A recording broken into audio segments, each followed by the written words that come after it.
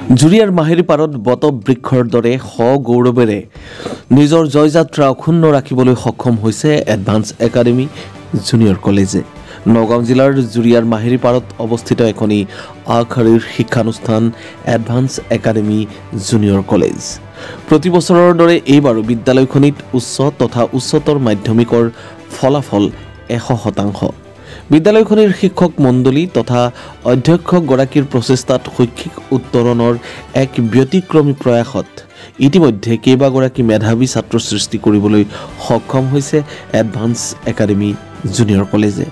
কেৱল সেয়াই নহয়, এডভান্স একাডেমী জুনিয়ৰ কলেজ কৰ্তৃপক্ষই অদূৰ ভৱিষ্যতে আৰম্ভ কৰিবলৈ গৈ আছে বিজ্ঞান আৰু বাণিজ্য শাখা।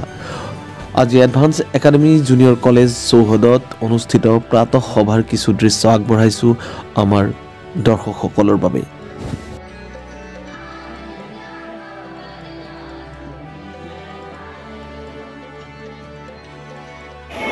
আপোনালোকে যে ইয়াত আহিছে বা কোনো ধৰণে ইনফৰ্ম নকৰাকৈ যেতিয়া আহিছে, হয়তো আজি মই গুৱাহাটী যাবলগীয়া আছিল কিন্তু মই নগ'লোঁ। যিয়ে কিয়ে নহওক, আমাৰ এডভান্স একাডেমী জুনিয়ৰ কলেজৰ ভিতৰত যেতিয়া সোমাইছে তেতিয়া আপোনালোকে নিশ্চয় দেখা পাইছে যে এজন ল'ৰা ছোৱালী বাহিৰত নাই।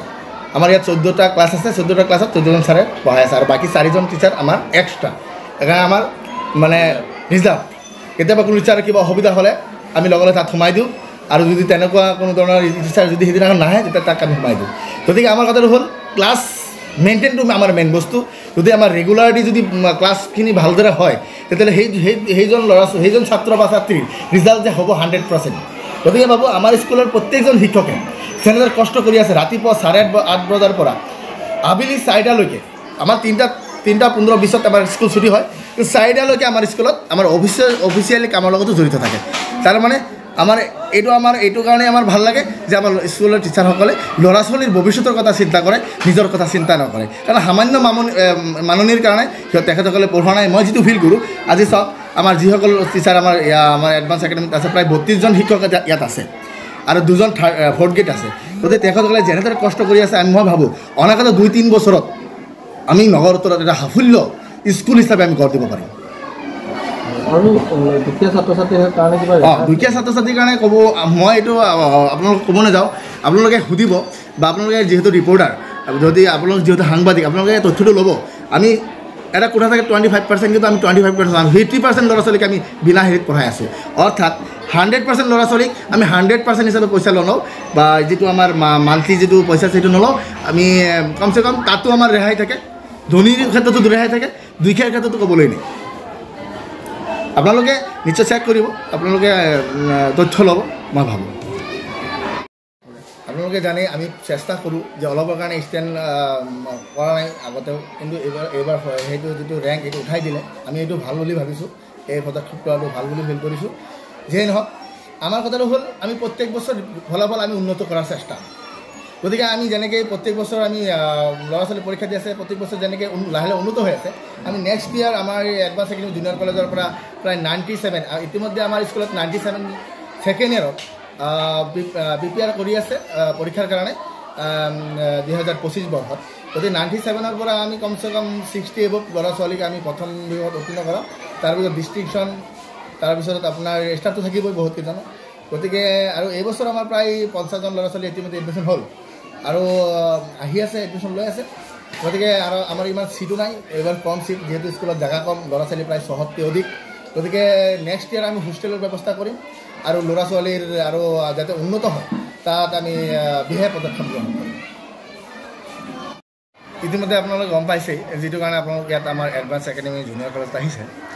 দৰ্শনৰ কথাটো হ'ল, যোৱা বছৰ এটা চান্স দিছিলে প্ৰত্যেকটো প্ৰতিষ্ঠানত, যিসকল স্কুলৰ বা যিবিলাক স্কুলৰ দৰ্পণ নাছিলে বা কোনো প্ৰায় পাৰ্মিশ্যন নাছিলে, সেইসকলক এটা চান্স দিছিলে যোৱা বছৰ।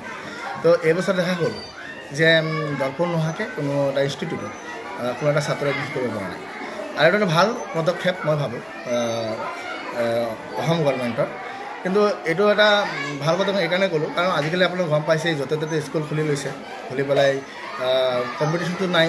ছাত্ৰ ছাত্ৰীসকলক সিহঁতে ছাত্ৰ ছাত্ৰীসকলৰ মাজত এটা কম্পিটিশ্যন কৰিছে, কিন্তু শিক্ষাৰ ক্ষেত্ৰত নহয়। যিয়েই নহওক, এইবছৰ আমাৰ এডভান্স একাডেমী জুনিয়ৰ কলেজৰ দৰ্পণ আছে, পাৰ্মিশ্যন আছে, পাৰ্মিশ্যনৰ কামো চলি আছে, আৰু আমাৰ অল ডকুমেণ্ট আপোনালোকে দেখা পাইছে, আমি দেখাম আৰু এভৰিথিং ডকুমেণ্ট আমাৰ মাজত আছে। আৰু যদি কোনোবা ছাত্ৰ ছাত্ৰীয়ে যদি এডভান্স একাডেমি জুনিয়ৰ কলেজত এডমিশ্যন ল'ব বিচাৰে, সেইসকল ছাত্ৰ ছাত্ৰীক বা সেইসকল ছাত্ৰ ছাত্ৰীৰ অভিভাৱকসকলক মই অনুৰোধ জনাওঁ, আপোনালোকে আমাৰ স্কুলত আহিব নালাগে। আপোনালোকে যিকোনো এটা অনলাইন কম্পিউটাৰ দোকানত যাব, য'ত নেকি অনলাইন কৰা হয়, তাত গৈ পেলাই আপোনালোকে যদি ভাবে যে আমাৰ এডভান্স একাডেমি জুনিয়ৰ কলেজত নামভৰ্তি কৰিব, তাত গৈ আপোনালোক কম্পিউটাৰত চালে সিহঁতে এপ্লাই কৰি দিব পাৰিব, যিহেতু আমাৰ এডভান্স একাডেমি জুনিয়ৰ কলেজত দৰ্পণ আছে। গতিকে মই ভাবোঁ যে আমাৰ এই এডভান্স একাডেমি জুনিয়ৰ কলেজ 2019 বৰ্ষত আমি প্ৰতিষ্ঠিত কৰিছিলোঁ। তাৰ পৰৱৰ্তী সময়ত যিবিলাক ৰিজাল্ট ওলাইছে আপোনালোকে দেখা পাইছে। প্ৰত্যেক বছৰ আপোনালোকে ছ'চিয়েল মিডিয়াৰ জৰিয়তে আপোনালোকে গম পায়। এই বছৰো আপোনালোকে গম পাইছে 26জন ল'ৰা ছোৱালীৰ ভিতৰত 12জনে ফাৰ্ষ্ট ডিভিজন পাইছে, 2জন ষ্টাৰ পাইছে আৰু বাকীখিনি ছেকেণ্ড ডিভিজন, থাৰ্ড ডিভিজন নাই। গতিকে আশা কৰোঁ যে আপোনালোকে এখন ভাল স্কুলত এডমিশ্যন দিয়ক। মই এইটো নাভাবোঁ যে আমাৰ স্কুলখন বেয়া বা এইটো নাভাবোঁ যে আমাৰ স্কুলখন ভাল। আপোনালোকে ৰিজাল্টৰ ভিত্তিত স্কুলত দিয়ক, আৰু যিসকল স্কুলৰ নথি পত্ৰ আছে সেইসকল স্কুলত আপোনালোকে নামভৰ্তি কৰক। আৰু যিসকল স্কুলৰ নথি পত্ৰ নাই, এইটো মিছা কথা নহয়। এই বছৰ আপোনালোকৰ বৰ্ডৰ আৰু লগতে আমাৰ অসম চৰকাৰৰ এটা ভাল পদক্ষেপ, য'ত নেকি এইবছৰ কোনো ধৰণৰ দৰ্পণ নোহোৱাকৈ কোনো ছাত্ৰ এডমিশ্যন কৰিব নোৱাৰে।